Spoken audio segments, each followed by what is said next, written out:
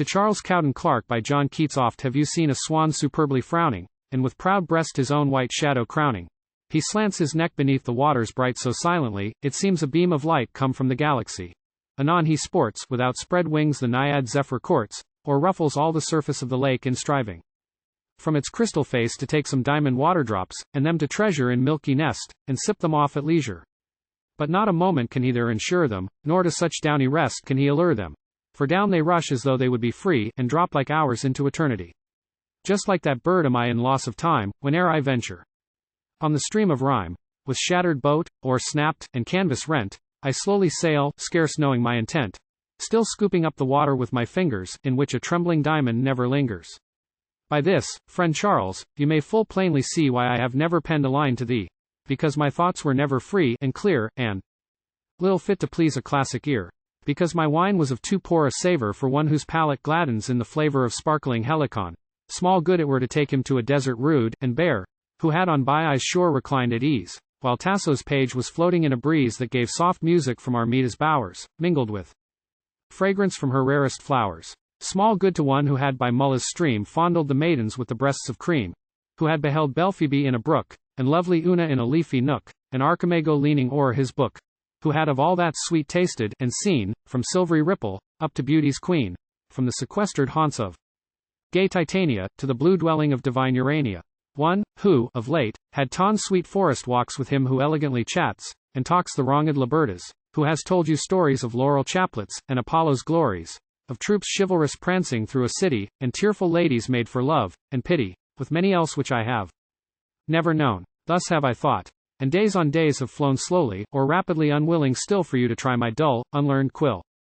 Nor should I now, but that I've known you long, that you first taught me all the sweets of song, the grand, the sweet, the terse, the free, the fine, what swelled with pathos, and what right divine, Spenserian vowels that elope with ease, and float along like birds o'er summer seas, Miltonian storms, and more, Miltonian tenderness, Michael in arms, and more, meek Eve's fair slenderness, who read for me the sonnet swelling loudly up to its climax and then dying proudly, who found for me the grandeur of the ode, growing, like Atlas, stronger from its load, who let me taste that more than cordial dram, the sharp, the rapier-pointed epigram, shewed me that epic was of all the king, round, vast, and spanning all like Saturn's ring. You too upheld the veil from Clio's beauty, and pointed out the patriot's stern duty, the might of Alfred, and the shaft of Tell, the hand of Brutus, that so grandly fell upon a tyrant's head. Ah, had I never seen, or known your kindness, what might I have been? What my enjoyments in my youthful years, bereft of all that now my life endears? And can I ere these benefits forget? And can I ere repay the friendly debt? No, doubly no. Yet should these rhymings please, I shall roll on the grass with twofold ease. For I have long time been my fancy feeding with hopes that you would one day think the reading of my rough verses not an hour pent. Should it e'er be so, what a rich content. Some weeks have passed since last I saw the spires in lucent Thames reflected. Warm desires to see the sun o'erpeep the eastern dimness, and morning shadows streaking into slimness across the lawny fields and pebbly water, to mark the time as they grow broad and shorter, to feel the air that plays about the hills, and sips its freshness from the little rills, to see high, golden corn wave in the light when Cynthia smiles upon a summer's night, and peers among the cloudlets jet and white, as though she were reclining in a bed of bean blossoms in heaven freshly shed. No sooner had I stepped into these pleasures than I began to think of rhymes and measures. The air that floated by me seemed to say, "Write. Thou wilt never have a better day."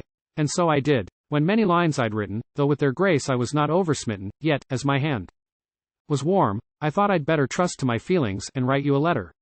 Such an attempt required an inspiration of a peculiar sort, a consummation, which, had I felt, these scribblings might have been verses from which the soul would never wean.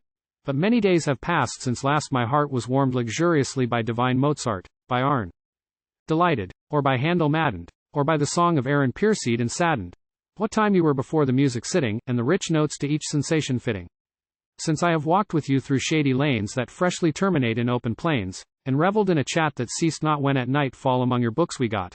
No, nor when supper came, nor after that, nor when reluctantly I took my hat.